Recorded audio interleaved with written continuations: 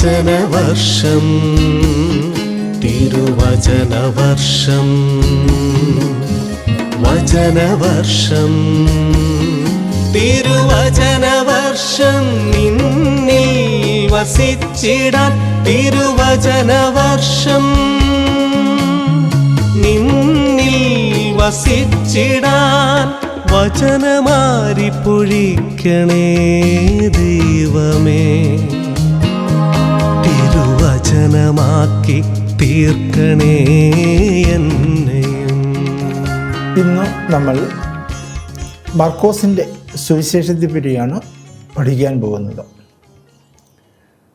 പുതിയ നിയമത്തിൽ രണ്ടാമത്തെ പുസ്തകമായിട്ട് കൊടുത്തിരിക്കുന്ന ഗോസ്പലാണ്, സുവിശേഷമാണ് മർക്കോസിൻ്റെ സുവിശേഷം. ആദ്യത്തെ സുവിശേഷമായിട്ട് കൊടുത്തിരിക്കുന്നത് മത്തായിയുടെ സുവിശേഷമാണെങ്കിലും എഴുതപ്പെട്ട കാലം പരിഗണിക്കുമ്പോൾ മർക്കോസിൻ്റെ സുവിശേഷമാണ് ആദ്യത്തെ സുവിശേഷം. ഈ ക്ലാസ് 4 എപ്പിസോഡുകൾ വഴിയായി നിറവേറ്റാമെന്ന് ഞാൻ വിചാരിക്കുന്നു. ഇന്നത്തെ എപ്പിസോഡിൽ ഈ സുവിശേഷം എഴുതിയ മർക്കോസ് എന്ന ആളിനെ പറ്റിയും പുസ്തകത്തിൻ്റെ പ്രധാനപ്പെട്ട ഊന്നലുകൾ പറ്റിയും ഇന്ന് നമുക്ക് ഈ എപ്പിസോഡിൽ പഠിക്കാം. ഈ പുസ്തകം മർക്കോസ് എഴുതി എന്നുള്ളതാണ് സഭയുടെ പരമ്പരാഗതമായ വിശ്വാസം. ഈ വിശ്വാസം ആരംഭിക്കുന്നത് 2-ാം നൂറ്റാണ്ടിൻ്റെ അവസാനത്തിൽ ജീവിച്ചിരുന്ന ഹിയറോപോലിസ് എന്ന രൂപതയുടെ മെത്രാനായ പപ്പ്യാസ് എന്ന ആളിൽ നിന്നാണ്. അദ്ദേഹമാണ് ആദ്യമായിട്ട് ഈ രണ്ടാമത്തെ സുവിശേഷം, പുതിയ നിയമത്തിലെ രണ്ടാമത്തെ സുവിശേഷം മർക്കോസാണ് എഴുതിയത് എന്ന് പറഞ്ഞിരിക്കുന്നത്. അദ്ദേഹം അവിടെ പറയുന്നത് ഇങ്ങനെയാണ്: പത്രോസിൻ്റെ വ്യാഖ്യാതാവായ മർക്കോസാണ് ഈ സുവിശേഷം എഴുതിയത്. പത്രോസിൽ നിന്ന് ലഭിച്ച വിവരങ്ങൾ അനുസരിച്ചാണ് ഈ സുവിശേഷം രചിച്ചിരിക്കുന്നത്.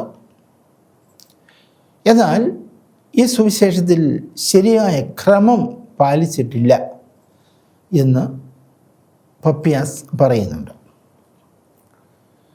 2-ാം നൂറ്റാണ്ടിൻ്റെ ഏതാണ്ട് അവസാനത്തിൽ ജീവിച്ചിരുന്ന ഈ മെത്രാനിൽ നിന്ന് തുടങ്ങുന്ന ഈ പാരമ്പര്യം പിന്നീട് വന്ന സഭാ പിതാക്കന്മാരെല്ലാവരും തന്നെ അംഗീകരിക്കുകയും ഇന്നും സഭയിലെ ഔദ്യോഗിക നിലപാടായിട്ട് അത് നിലനിൽക്കുകയും ചെയ്യുന്നു. മർക്കോസാണ് ഈ സുവിശേഷത്തിൻ്റെ ഗ്രന്ഥകർത്താവ് എന്നതിനെപ്പറ്റി ഈ അടുത്ത കാലത്ത് ചില സംശയങ്ങളൊക്കെ ചിലർ മുന്നോട്ട് വച്ചിട്ടുണ്ട്. എന്നാൽ അതൊന്നും തന്നെ നിലനിൽക്കുന്ന സംശയങ്ങളല്ല എന്നാണ് പുസ്തകത്തെ പറ്റിയുള്ള ആഴത്തിലുള്ള പഠനത്തിൽ നിന്ന് നമുക്ക് മനസ്സിലാകുന്നത്. അപ്പോൾ മർക്കോസ് തന്നെയാണ് ഈ സുവിശേഷത്തിൻ്റെ ഗ്രന്ഥകർത്താവ് എന്ന നിലപാടിൽ നമുക്ക് ഉറച്ചു നിൽക്കാൻ കഴിയും. ഈ സുവിശേഷത്തിൽ എങ്ങും തന്നെ മർക്കോസാണ് ഈ സുവിശേഷം എഴുതിയത് എന്ന് പറഞ്ഞിട്ടില്ല. അത് ഈ സുവിശേഷത്തെ പറ്റി മാത്രമുള്ള കാര്യമല്ല, മറ്റ് ഒരു സുവിശേഷത്തിലും സുവിശേഷകൻ്റെ അല്ലെങ്കിൽ ഗ്രന്ഥകർത്താവിൻ്റെ പേര് പറയുന്നില്ല. എന്നാൽ പാരമ്പര്യം ഇത്രയും ശക്തമായതുകൊണ്ടും ഗൗരവമായ ഒരു സംശയം എങ്ങു നിന്നും വരാത്തതുകൊണ്ടും നമുക്ക് മർക്കോസ് തന്നെയാണ് ഈ എഴുത്തുകാരൻ എന്ന് മനസ്സിലാക്കാം. നമുക്കിനി ആരാണ് ഈ മർക്കോസ് എന്ന് ചിന്തിക്കാം. മർക്കോസ് യേശുവിൻ്റെ ശിഷ്യന്മാരിൽ ഒരാൾ ആയിരുന്നില്ല. നമുക്ക് ലഭിക്കുന്ന വിവരങ്ങൾ വെച്ച് നോക്കിയാൽ യേശുവിൻ്റെ ഉയർപ്പിന് ശേഷം മാനസാന്തരപ്പെട്ട് ഒരു ക്രിസ്ത്യാനിയായി തീർന്ന മനുഷ്യനാണ് ഈ മർക്കോസ് എന്ന് വേണം ചിന്തിക്കാൻ. മർക്കോസിനെ പറ്റി പുതിയ നിയമത്തിൽ പല സ്ഥലങ്ങളിലും പറയുന്നുണ്ട്. ആദ്യമായിട്ട് മർക്കോസ് എന്ന പേര് കാണുന്നത് അപ്പസ്തോല പ്രവൃത്തികൾ 12-ാം അധ്യായത്തിൻ്റെ 12-ാം വാക്യത്തിലാണ്. അവിടെ പത്രോസ് മർക്കോസിൻ്റെ ഭവനത്തിൽ വരുന്നതായി പറയുന്നു. അതിൻ്റെ സന്ദർഭം ഇതാണ്. പത്രോസ് ജയിലിൽ അടയ്ക്കപ്പെട്ടു. ആദിമ സഭയിലെ രംഗമാണ് ഇത്. പത്രോസ് ജയിലിൽ അടയ്ക്കപ്പെട്ടതിന് ശേഷം ഒരു ദൈവദൂതൻ അദ്ദേഹത്തെ ജയിലിൽ നിന്ന് വിമുക്തനാക്കി പുറത്തു കൊണ്ടുവന്ന് അദ്ദേഹത്തെ നയിച്ചു കൊണ്ടുവന്ന് പ്രധാന തെരുവിൽ കൊണ്ടാക്കി. അതിനുശേഷം ദൈവദൂതൻ അപ്രത്യക്ഷനായി. പത്രോസ് സുബോധം വന്നപ്പോൾ താൻ എവിടെയാണെന്ന് മനസ്സിലാക്കുകയും എങ്ങോട്ടാണ് ഇനി പോകേണ്ടതെന്ന് ചിന്തിക്കുകയും ചെയ്തു. സമയം പാതിരാവാണ്. ആകെ പോകാൻ കഴിയുന്നത് അടുത്തുള്ള ഏതെങ്കിലും സ്ഥലങ്ങളിലാണ്. അപ്പോൾ പത്രോസിൻ്റെ മനസ്സിൽ ആദ്യം ഉദിച്ചത് ജെറുസലേം നഗരത്തിൽ മേരി പേരുള്ള ഒരു ക്രൈസ്തവ വിശ്വാസിനി ജീവിച്ചിരിപ്പുണ്ട്. അവരുടെ വീട് വളരെ വിശാലമായ ഒരു വീടായതുകൊണ്ട് ആദ്യമേ ക്രൈസ്തവർ ആ വീട്ടിലാണ് കൂടി പ്രാർത്ഥിക്കുകയും ഒക്കെ ചെയ്യുന്നത്. അപ്പോൾ ആ വീട്ടിലേക്ക് പോകാം എന്ന് പത്രോസ് തീരുമാനിച്ച് ആ രാത്രിയിൽ തന്നെ മേരിയുടെ വീട്ടിലേക്ക് വരികയും അവിടെ അവരോട് താൻ ജയിലിൽ നിന്ന് വിമുക്തനായിരിക്കുന്നു എന്ന് പറയുകയും ചെയ്തതായിട്ടാണ് അപ്പോസ്തല പ്രവൃത്തികൾ 12:12 പറയുന്നത്. അവിടെ ഈ വീടിനെ പറ്റി പറയുമ്പോൾ അത് മേരിയുടെ വീടാണെന്ന് മാത്രമല്ല, ഈ സ്ത്രീക്ക് യോഹന്നാനെന്നും മർക്കോസ് എന്നും 2 പേരുകളുള്ള ഒരു മകൻ ഉണ്ടെന്നും കൂടി അവിടെ നമ്മൾ മനസ്സിലാക്കാൻ കഴിയുന്നു. അങ്ങനെ ഈ മർക്കോസിന് മർക്കോസ് എന്നും യോഹന്നാൻ എന്നും 2 പേരുകളുണ്ട്.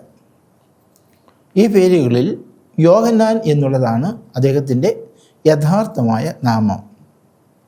അദ്ദേഹം ഒരു യഹൂദനായിരുന്നല്ലോ, അതുകൊണ്ട് ഒരു യഹൂദ നാമം അദ്ദേഹത്തിനുണ്ട്. അതാണ് യോഹന്നാൻ എന്ന നാമം. എന്നാൽ പിന്നീട് അദ്ദേഹം റോമൻ പൗരത്വം സ്വീകരിച്ചപ്പോൾ ലഭിച്ച പേരാണ് മർക്കോസ് എന്നത്. അപ്പോൾ യോഹന്നാൻ എന്നത് എബ്രായ നാമവും മർക്കോസ് എന്നത് റോമൻ നാമവുമാണ്. ഇങ്ങനെ ജോൺ മാർക്ക് അല്ലെങ്കിൽ യോഹന്നാൻ മർക്കോസ് എന്ന് പറയുന്ന ആൾ, മേരിയുടെ പുത്രനായ ആൾ, ജെറുസലേമിൽ വീടുള്ള മനുഷ്യൻ, അതാണ് ഈ 2-ാം സുവിശേഷത്തിൻ്റെ കർത്താവെന്ന് വേണം മനസ്സിലാക്കാൻ. ഇദ്ദേഹത്തെ പറ്റി നമുക്ക് വേറെയും ചില കാര്യങ്ങൾ മനസ്സിലാക്കാൻ കഴിയും. പൗലോസ് ശ്ലീഹായും ബർന്നബാസും കൂടി അന്ത്യോഖ്യയിൽ നിന്ന് ജെറുസലേമിലെ ക്രിസ്ത്യാനികൾക്ക് വേണ്ടി കുറേ സഹായവുമായിട്ട് വന്ന് ജെറുസലേം ക്രിസ്ത്യാനികളെ സന്ദർശിച്ചതായും സഹായം അവർക്ക് കൊടുത്തിട്ട് തിരിച്ചു പോയതായിട്ടും നമ്മൾ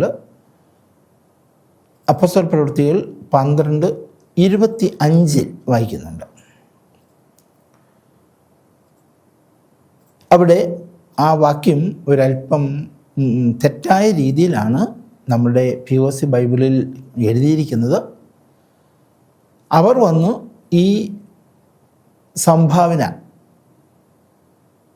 ജെറുസലേം ക്രിസ്ത്യാനികളെ ഏൽപ്പിച്ചതിന് ശേഷം തിരിച്ച് ജെറുസലേമിലേക്ക് പോയി എന്നാണ് നമ്മൾ സാധാരണ വായിക്കുന്നത്. POC ബൈബിളിലും അങ്ങനെ തന്നെയാണ്. എന്നാൽ അങ്ങനെയല്ല, അവർ ജെറുസലേമിൽ വന്നിട്ട് ജെറുസലേമിൽ നിന്ന് പോയി എന്നാണ്. പോയത് അന്ത്യോക്യയിലേക്ക്. അപ്പോൾ അവർ പോയപ്പോൾ മർക്കോസിനെയും അവർ കൂട്ടിക്കൊണ്ടുപോയി. അങ്ങനെ ജെറുസലേമിലായിരുന്ന മർക്കോസ് പിന്നീട് അദ്ദേഹത്തെ നമ്മൾ കാണുന്നത് അന്ത്യോക്യയിലാണ്. അപ്പോസ്തല പ്രവൃത്തികൾ 13-ാം അധ്യായത്തിൻ്റെ ആരംഭത്തിൽ തന്നെ 1 മുതലുള്ള വാക്യങ്ങളിൽ തന്നെ ബർണ്ണബാസും പൗലോസും കൂടി മിഷൻ പ്രവർത്തനത്തിന് വേണ്ടി, അതായത് വിജാതീയരുടെ ഇടയിലുള്ള മിഷൻ പ്രവർത്തനത്തിന് വേണ്ടി അയക്കപ്പെടുന്നതായിട്ട് നമ്മൾ വായിക്കുന്നു.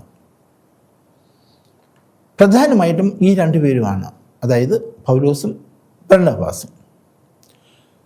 എന്നാൽ 13:5 നമ്മളിങ്ങനെ വായിക്കുന്നു, അവരെ സഹായിക്കാൻ വേണ്ടി മർക്കോസും അവരുടെ കൂടെ പോയി എന്ന്.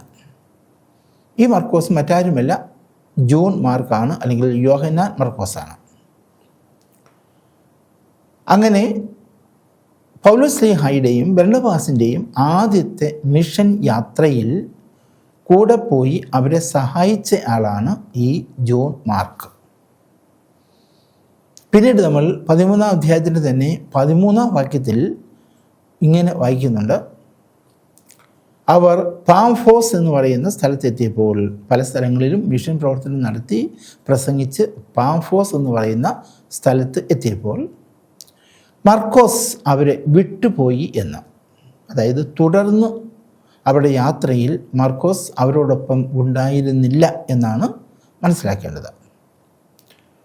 എന്താണ് ഇങ്ങനെ വഴിക്ക് വെച്ച് തൻ്റെ മിഷൻ പ്രവർത്തനം മതിയാക്കി തിരിച്ചു പോകുന്നത് എന്ന് ചോദിച്ചാൽ നമുക്ക് വ്യക്തതയുള്ള ഒരു ഉത്തരം പറയാൻ പറ്റില്ല. എങ്കിലും കടൽ യാത്ര അദ്ദേഹത്തിൻ്റെ ആരോഗ്യത്തിന് ഗുണകരമല്ലായിരുന്നു എന്ന് വേണം വിചാരിക്കാൻ.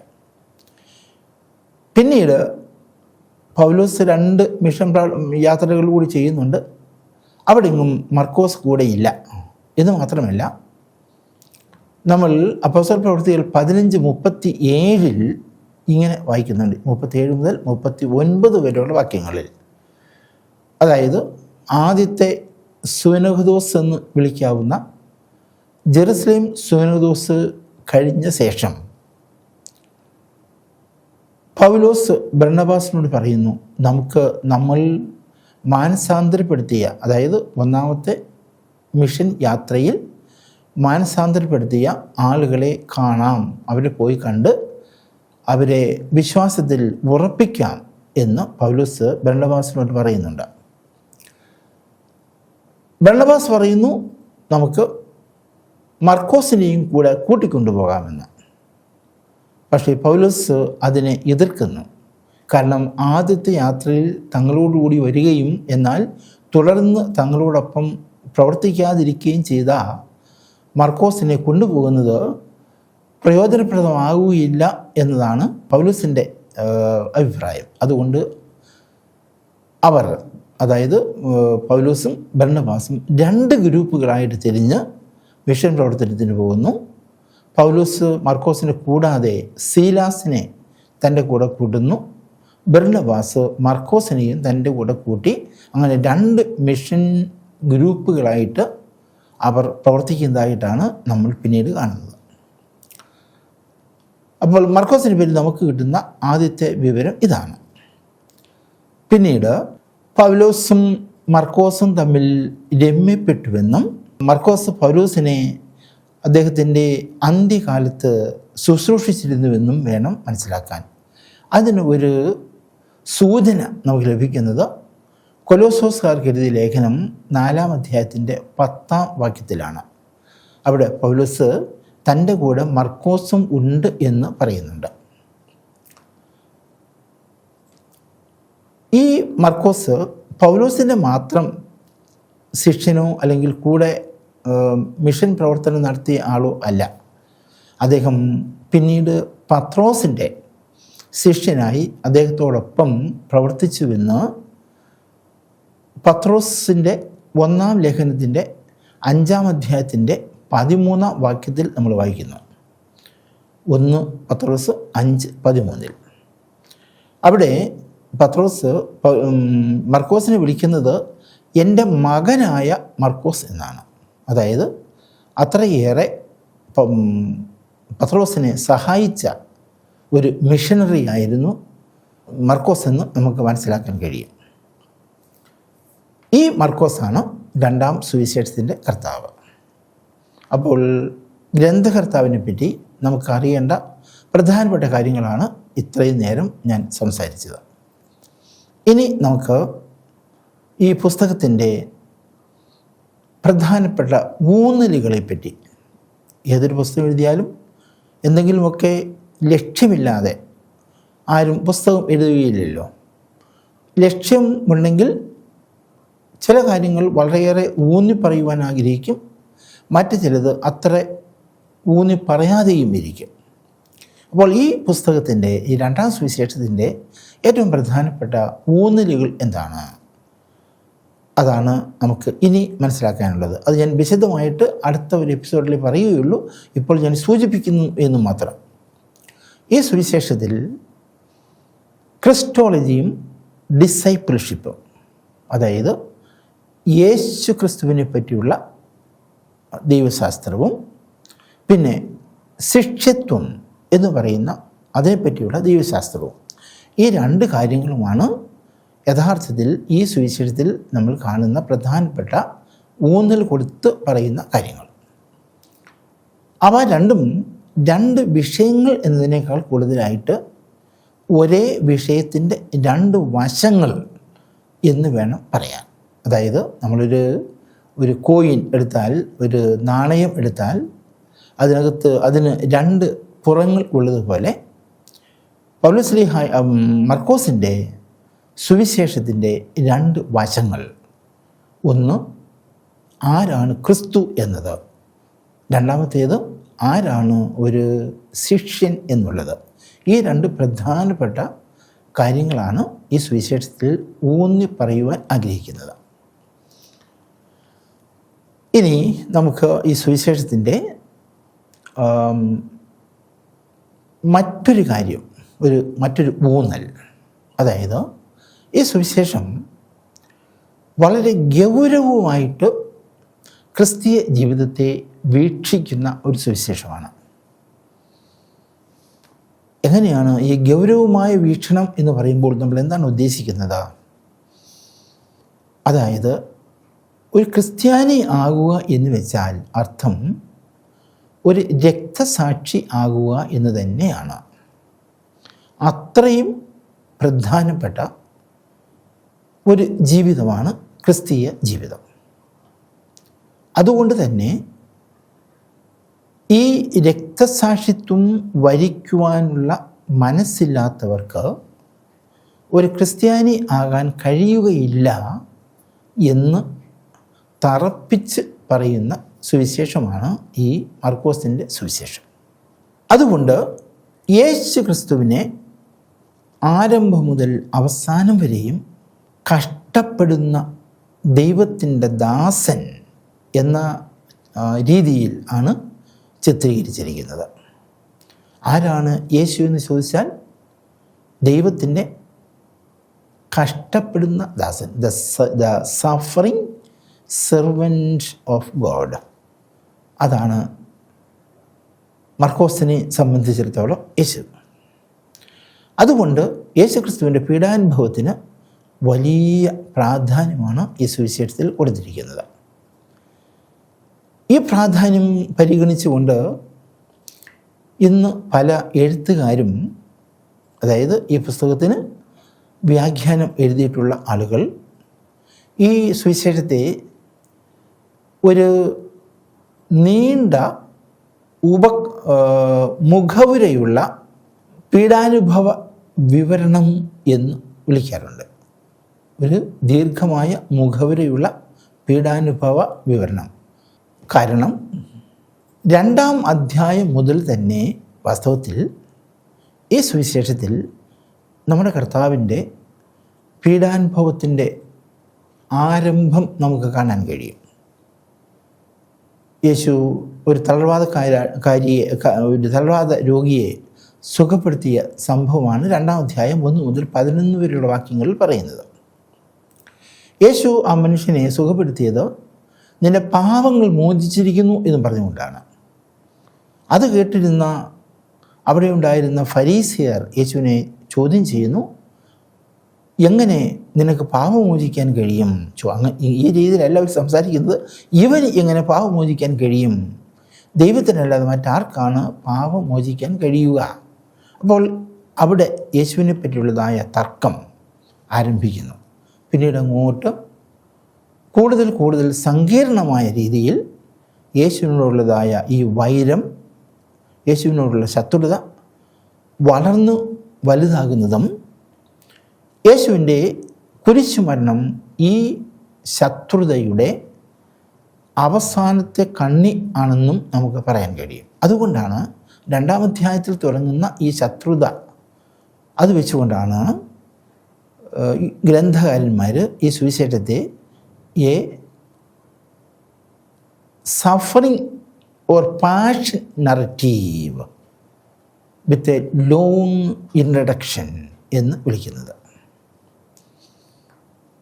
അപ്പോൾ ഇതും ഈ സുവിശേഷത്തിൻ്റെ ഒരു വളരെ പ്രധാനപ്പെട്ട ഊന്നലാണ്.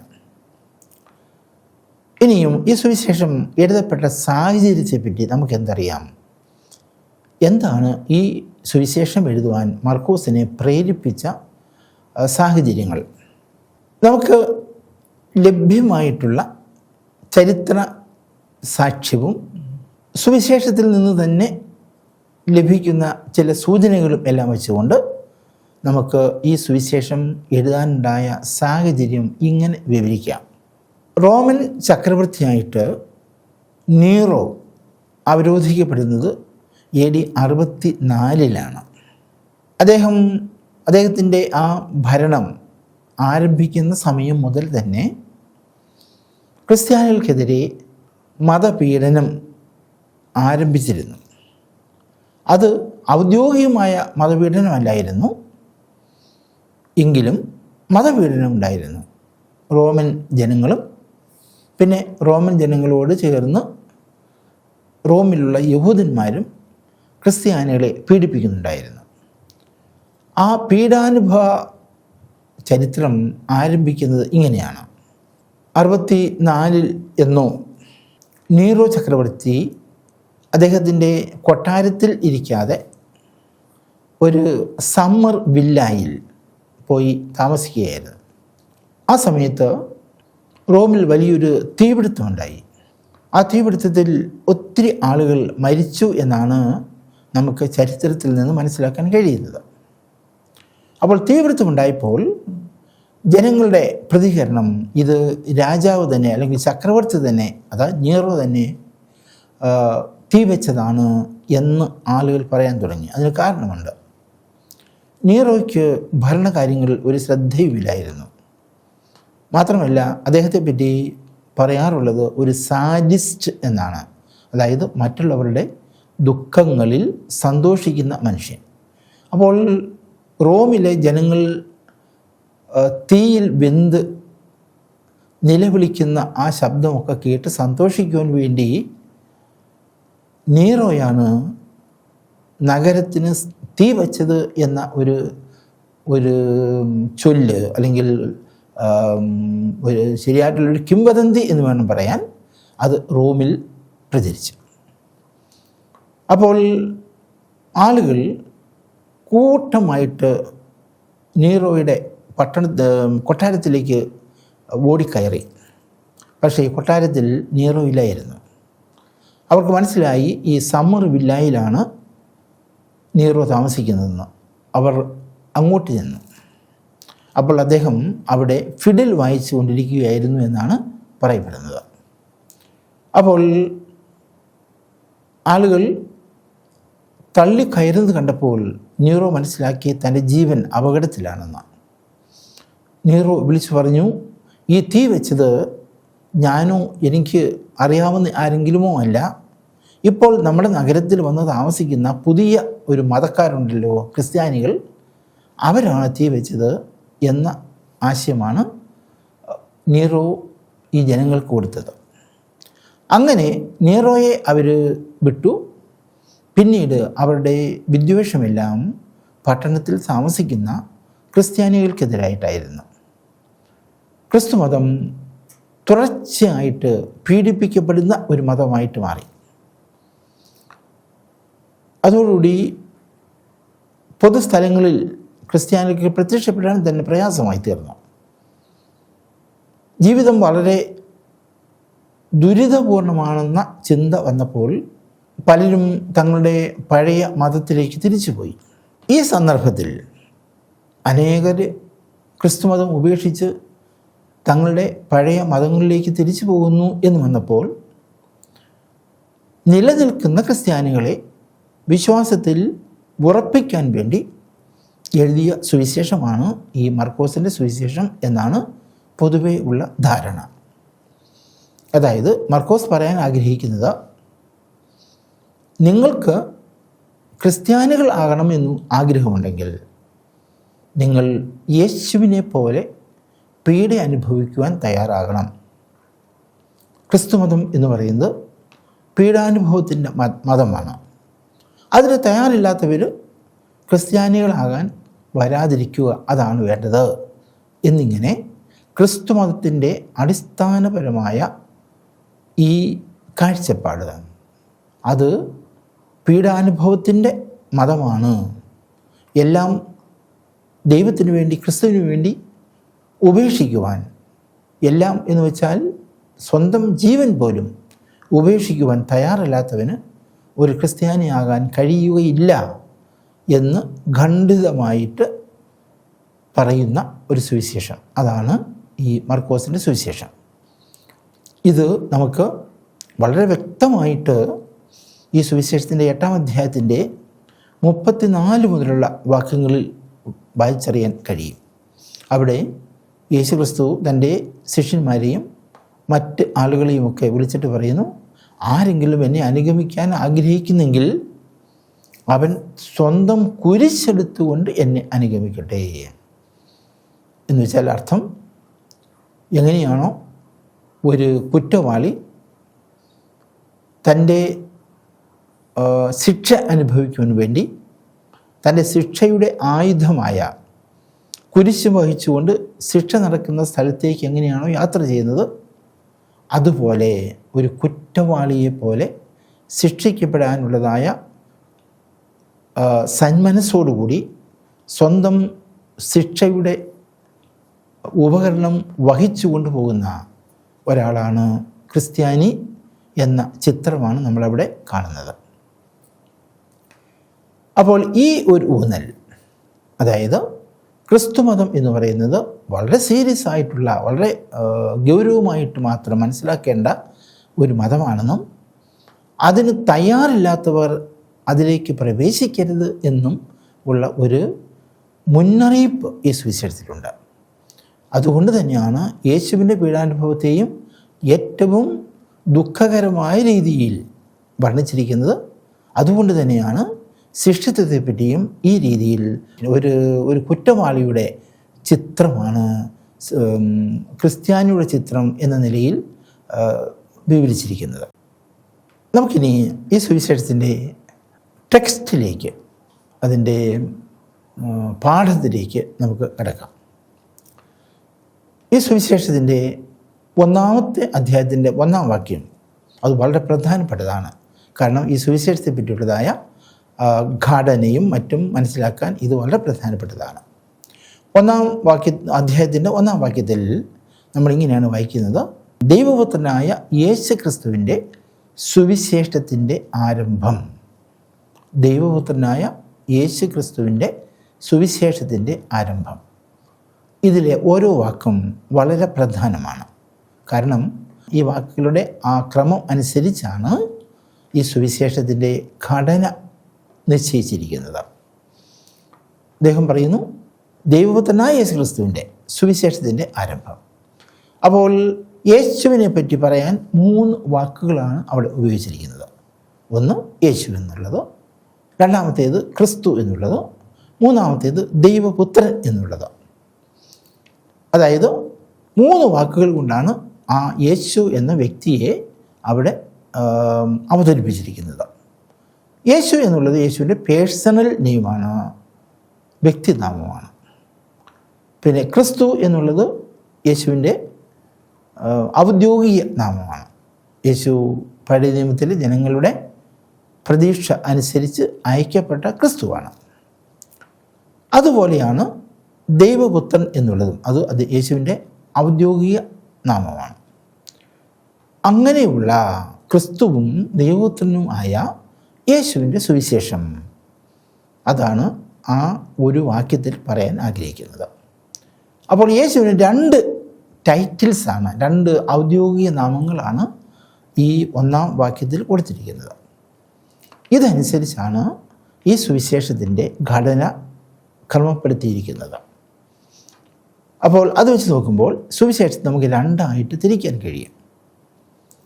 1-ാം ഭാഗത്ത് ഈ സുവിശേഷകൻ നമ്മുടെ കർത്താവിൻ്റെ അനേകം പ്രസംഗങ്ങളും അത്ഭുത പ്രവൃത്തികളും എല്ലാം വരച്ച് കാണിച്ചുകൊണ്ട് യേശു പഴയ നിയമ ജനങ്ങൾ പ്രതീക്ഷിച്ചിരുന്ന ക്രിസ്തുവാണെന്ന് സ്ഥാപിക്കുന്നു.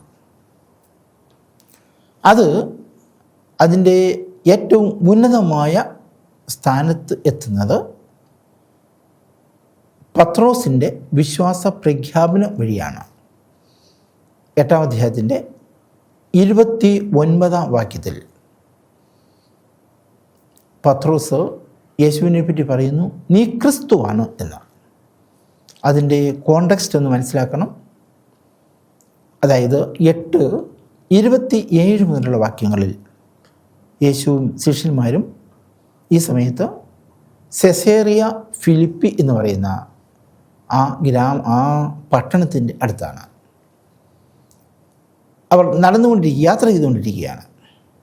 യേശു ശിഷ്യന്മാരോട് ചോദിച്ചു, ഞാൻ ആരെന്നാണ് ആളുകൾ പറയുന്നത്? ശിഷ്യന്മാർ ജനങ്ങളുടെ അഭിപ്രായങ്ങളൊക്കെ യേശുവിൻ്റെ മുമ്പിൽ അവതരിപ്പിച്ചു. പക്ഷേ യേശു അതിൽ തൃപ്തനായില്ല. യേശു അതുകൊണ്ട് ശിഷ്യന്മാരോട് തിരിഞ്ഞ് ചോദിക്കുന്നു, നിങ്ങൾ എന്താണ് പറയുന്നത്? ഞാൻ ആരെന്നാണ് നിങ്ങൾ പറയുന്നത്? ആ ചോദ്യത്തിനും ശിഷ്യന്മാരെല്ലാവരും ഉത്തരം പറയുന്നില്ല. ഒരാൾ മാത്രം മറ്റുള്ളവർക്ക് വേണ്ടി ഉത്തരം പറയുന്നു, നീ ക്രിസ്തുവാണ്. അപ്പോൾ അത് 8:29 വാക്യത്തിലാണ് പറയുന്നത്. അപ്പോൾ ഈ സുവിശേഷത്തിൻ്റെ 1-ാം ഭാഗത്ത് കാണുന്ന അത്ഭുതങ്ങൾ, പ്രസംഗങ്ങൾ, രോഗശാന്തികൾ, ഇതെല്ലാം ഒരു പ്രത്യേക പോയിന്റിലേക്ക് നയിച്ചു കൊണ്ടിരിക്കുകയായിരുന്നു എന്ന് നമുക്ക് മനസ്സിലാക്കാം. എന്താണ് ആ പോയിന്റ്? യേശു ക്രിസ്തു ആണെന്ന് സ്ഥാപിക്കുക.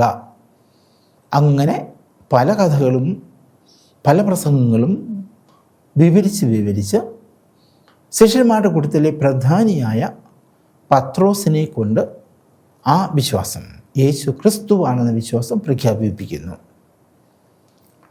എന്നാൽ ആ തരത്തിൽ യേശു സമ്പൂർണമായും തൃപ്തനായി എന്ന് പറയാൻ പറ്റില്ല.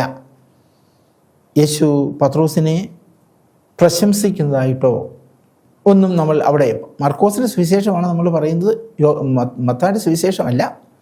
അവിടെ പത്രോസിനെ യേശു പ്രശംസിക്കുന്നതായിട്ട് നമ്മൾ കാണുന്നില്ല. മറിച്ച് യേശു പറയുന്നത് ഇങ്ങനെയാണ്, ഇത് ആരോടും പറയണ്ട എന്ന്, നീ ഇത് ആരോടും പറയരുത് എന്നാണ് യേശു പറയുന്നത്. അപ്പോൾ നമുക്കിങ്ങനെ മനസ്സിലാക്കാൻ കഴിയും, സുവിശേഷത്തിൻ്റെ 1-ാം ഭാഗം 8:29 അതിന് യേശു നൽകുന്ന മറുപടി 30-ാം വാക്യം, അത് വെച്ച് നോക്കുമ്പോൾ ഈ സുവിശേഷത്തിൻ്റെ 1-ാം ഭാഗം 8:30 അവസാനിക്കുന്നു എന്ന് മനസ്സിലാക്കാം. 1-ാം ഭാഗം വഴിയായിട്ട് ഈ സുവിശേഷം സ്ഥാപിച്ചെടുക്കാൻ ശ്രമിക്കുന്നത് യേശു ക്രിസ്തുവാണെന്നാണ്. 2-ാം ഭാഗം 8:30 ആരംഭിക്കുന്നു എന്ന് വിചാരിക്കാം. അവിടെ യേശുവിൻ്റെ പീഡാനുഭവത്തെ പറ്റിയാണ് കൂടുതലായിട്ട് പറയുന്നത്. പിന്നെ ഇടയ്ക്കൊക്കെ യേശുവിൻ്റെ അത്ഭുതങ്ങളെപ്പറ്റിയും പറയുന്നുണ്ട്. അത് ഇങ്ങനെ മുന്നോട്ട് നീങ്ങി യേശുവിൻ്റെ കുരിശ് മരണം, വിവരിച്ചുകൊണ്ട് യേശു വളരെ സങ്കടകരമായ രീതിയിൽ നിലവിളിച്ചുകൊണ്ട് മരിച്ചു എന്ന് മർക്കോസ് പറയുന്നു. എൻ്റെ ദൈവമേ, എൻ്റെ ദൈവമേ, നീ എന്തുകൊണ്ട് എന്നെ കൈവിട്ടു എന്ന നിലവിളിയോടുകൂടിയാണ് യേശു മരിക്കുന്നതെന്നാണ് മർക്കോസ് വിവരിക്കുന്നത്.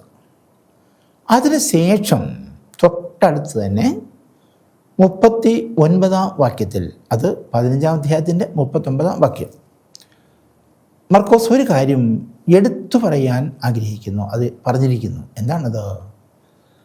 അവിടെ യേശുവിനെ ക്രൂശിക്കാൻ നിന്നിരുന്ന റോമൻ പടയാളികളുടെ കൂട്ടത്തിലെ ഒരു ശതാധിപൻ, 100 പടയാളികൾക്ക് നേതാവായിട്ടുള്ള ആൾ, ഈ രീതിയിൽ യേശു മരിക്കുന്നത് കണ്ടിട്ട് വിളിച്ചു പറഞ്ഞു, ഇവൻ യഥാർത്ഥമായും ദൈവപുത്രൻ ആയിരുന്നു എന്നാണ്. അപ്പോൾ യേശുവിനെ പറ്റി ശതാധിപൻ്റെ പ്രഖ്യാപനം എന്താണ്? യേശു ദൈവപുത്രൻ ആകുന്നുവെന്നാണ്. അവിടെ 2-ാം ഭാഗം, സുവിശേഷത്തിൻ്റെ 2-ാം ഭാഗം അവസാനിച്ചുവെന്ന് ചിന്തിക്കാം. നമുക്കിനിയും ഒന്നിലേക്ക് ഒന്നുകൂടെ പോകാം.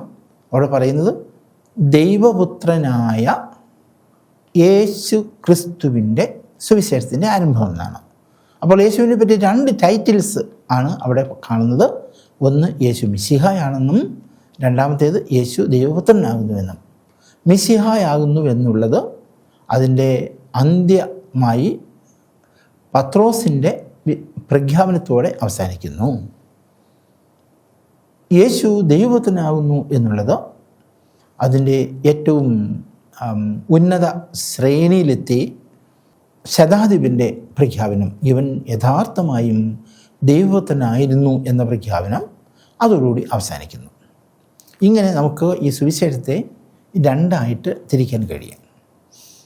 ഇനിയും ഈ 2 ഭാഗത്തിനും ചില പ്രത്യേകതകളെല്ലാം ഉണ്ട്. അതിൻ്റെ മുൻപും പിൻപുമെല്ലാം ചില കാര്യങ്ങളുണ്ട്. 1-ാം അധ്യായത്തിൻ്റെ 14-ാം വാക്യത്തിലാണ് യഥാർത്ഥത്തിൽ യേശു തൻ്റെ പരസ്യ ജീവിതം ആരംഭിക്കുന്നത്. അതിന് മുൻപുള്ള വാക്യങ്ങൾ, അതായത് 1-2 മുതൽ, അപ്പം 1:1 പറ്റി നമുക്ക് എന്ത് പറയാം? അത് ടൈറ്റിൽ വേഴ്സാണ്. ഈ സുവിശേഷത്തിൻ്റെ ശീർഷകമാണ്. 1:1 സുവിശേഷത്തിൻ്റെ ശീർഷകമാണ്. ദൈവപുത്രനായ യേശു ക്രിസ്തുവിൻ്റെ സുവിശേഷത്തിൻ്റെ ആരംഭം എന്നത് ഈ സുവിശേഷത്തിൻ്റെ ശീർഷകമാണ്. പിന്നെ 1:2 മുതൽ 13 വരെയുള്ളത് യേശുവിൻ്റെ മാമോദിസായെ കേന്ദ്രീകരിച്ചുള്ളതായ കാര്യങ്ങളാണ്. അത് യേശുവിൻ്റെ പരസ്യജീവിതം അവിടെ ആരംഭിക്കുന്നില്ല. അപ്പോൾ അതിന് നമുക്ക് ഈ സുവിശേഷത്തിൻ്റെ ആമുഖമെന്നോ അല്ലെങ്കിൽ പ്രൊലോഗ് എന്നോ പറയാം. അപ്പോൾ സുവിശേഷത്തിൻ്റെ പ്രൊലോഗ് 1:2 മുതൽ 13 വരെയാണ്. 1:14 മുതൽ 8:29 1-ാം ഭാഗം അവസാനിക്കുന്നത്. ഇനി 8:30 അതിൻ്റെ കൂട്ടത്തിൽ കൂട്ടണം. കാരണം യേശുവിൻ്റെ മറുപടിയാണത്, യേശുവിൻ്റെ പ്രതികരണമാണ്. പത്രോസിൻ്റെ വിശ്വാസ പ്രഖ്യാപനത്തിന് യേശു നൽകുന്ന പ്രതികരണമാണ് 8:30 എന്ന് പറയുന്നത്. അപ്പോൾ 8:30 1-ാം ഭാഗം അവസാനിക്കുന്നു എന്ന് പറയാം. 8:31 മുതൽ 2-ാം ഭാഗമാണ്. അത് 15:39 അതായത് ശതാധിപൻ്റെ വിശ്വാസ പ്രഖ്യാപനത്തോടെ അവസാനിക്കുന്നു.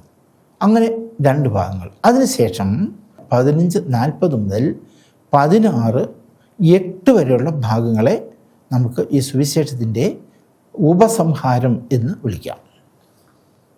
15:40 മുതൽ 16:8 വരെ ഈ സുവിശേഷത്തിൻ്റെ ഉപസംഹാരം എന്ന്, കൺക്ലൂഷൻ എന്ന് വിളിക്കാം. അതിനുശേഷവും കുറേ വാക്യങ്ങൾ നമ്മുടെ സുവിശേഷത്തിൽ കൊടുത്തിട്ടുണ്ട്.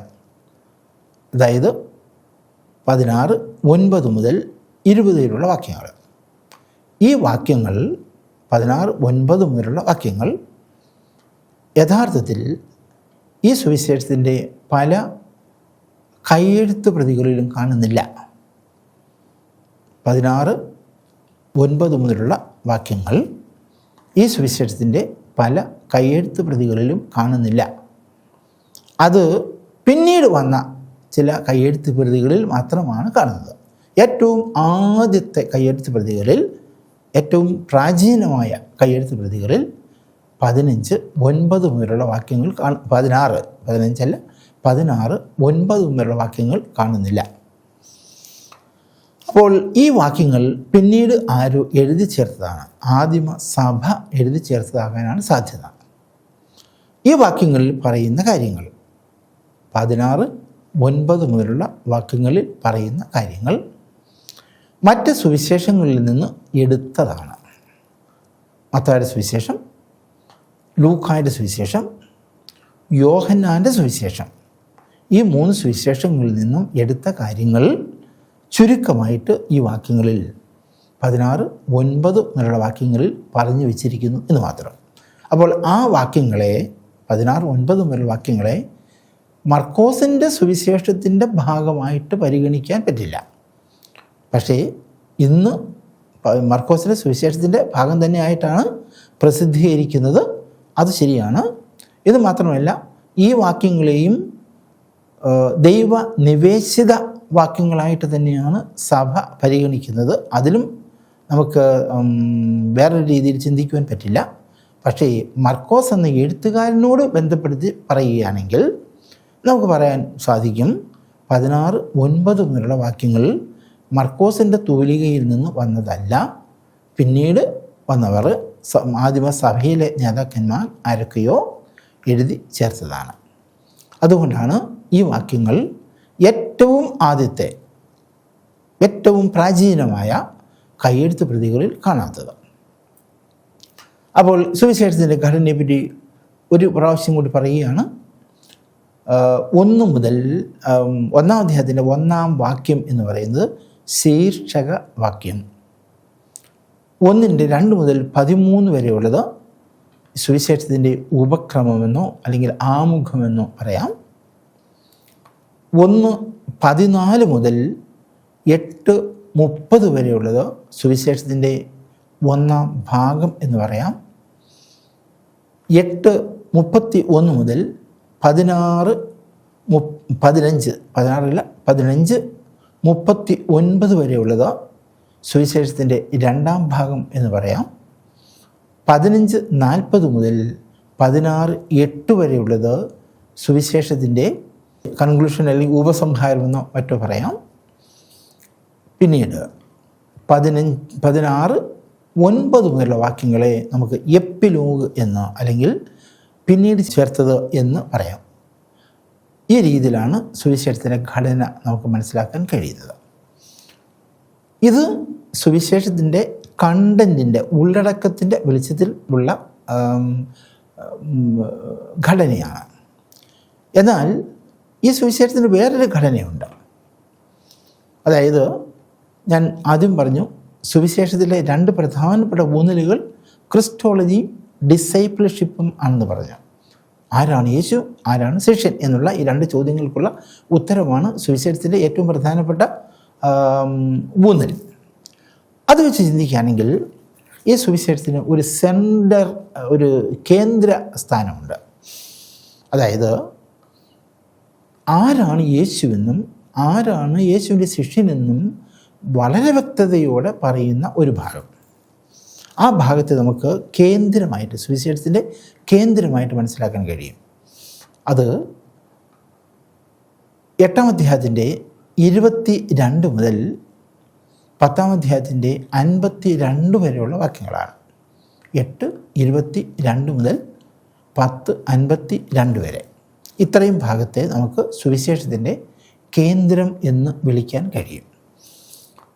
ഇവിടെ ഈ കേന്ദ്രം രൂപപ്പെടുത്തിയിരിക്കുന്നത് ഒരു ചെറിയ ഫ്രെയിം വർക്ക് ഉണ്ടാക്കിക്കൊണ്ടാണ്, ഒരു കൂട് ഉണ്ടാക്കിക്കൊണ്ടാണ്. ആരംഭത്തിൽ 8:22 മുതലുള്ള വാക്യങ്ങളിൽ യേശു ചെയ്ത ഒരു കാഴ്ച കൊടുക്കുന്ന അത്ഭുതം വിവരിക്കുന്നു. ഒരു മനുഷ്യൻ യേശുവിൻ്റെ അടുക്കൽ വരുന്നു. യേശു അയാൾക്ക് കാഴ്ച കൊടുക്കാൻ ശ്രമിക്കുന്നു. കണ്ണിൽ തൊടുന്നു. കണ്ണിൽ തൊട്ടിട്ട് ചോദിക്കുന്നു, നിനക്ക് നല്ലവണ്ണം എല്ലാം കാണാൻ കഴിയുമോ എന്ന്. അയാൾ പറയുന്നു, കാണാം, പക്ഷേ വ്യക്തമല്ല. മനുഷ്യരെ ഞാൻ കണ്ടാൽ നടക്കുന്ന ട്രീസായിട്ട്, വൃക്ഷങ്ങളായിട്ടാണ് എനിക്ക് തോന്നുന്നത് എന്ന് പറയുന്നു. പിന്നീട് ഒരു രണ്ടാമതായിട്ട് അദ്ദേഹത്തിൻ്റെ കണ്ണിൽ തുപ്പൽ പുരട്ടി ഒരു പ്രാവശ്യം കൂടി അദ്ദേഹത്തെ സ്പർശിക്കുന്നു. എന്നിട്ട് ചോദിക്കുന്നു, നിനക്ക് കാഴ്ച ശരിയായോ? അയാൾ പറയുന്നു, ഇപ്പോൾ നല്ലവണ്ണം കാണാമെന്ന്. അപ്പോൾ ഒരു കാഴ്ച നൽകുന്ന ഒരു അത്ഭുതം. പിന്നെ 10-ാം അധ്യായത്തിൻ്റെ അവസാനത്തിൽ വരുമ്പോൾ നമ്മൾ അവിടെയും കാണുന്ന ഇതുപോലെ ബർത്തമേയൂസ് എന്ന് പറയുന്ന ഒരു മനുഷ്യൻ്റെ മകൻ യേശു ക്രിസ്തുവിൻ്റെ അടുക്കൽ അവൻ യാചകനായിരുന്നു. യേശുവിൻ്റെ അടുക്കൽ വരുന്നു, സുഖം പ്രാപിക്കുന്നു, കാഴ്ച ലഭിക്കുന്നു. അവന് പെട്ടെന്ന് കാഴ്ച ലഭിക്കുന്നു. അപ്പോൾ ഇങ്ങനെ ഈ 2 കാഴ്ച കൊടുക്കൽ അത്ഭുതങ്ങൾ കൊണ്ട് ഒരു ഫ്രെയിം വർക്ക് ഉണ്ടാക്കി അതിനകത്താണ് ഈ 2 വിഷയങ്ങളും ക്രിസ്റ്റോളജിയും ഡിസൈപ്പിൾഷിപ്പും മർക്കോസ് വിവരിച്ചിരിക്കുന്നത്. നമുക്ക് അതിനെപ്പറ്റി പിന്നീടൊരു ക്ലാസ്സിൽ കൂടുതൽ വ്യക്തമായിട്ട് സംസാരിക്കാം. അപ്പോൾ നമ്മൾ ഇന്ന് സംസാരിച്ചത് ഈ സുവിശേഷത്തിൻ്റെ ഘടനയെ പറ്റിയാണ്.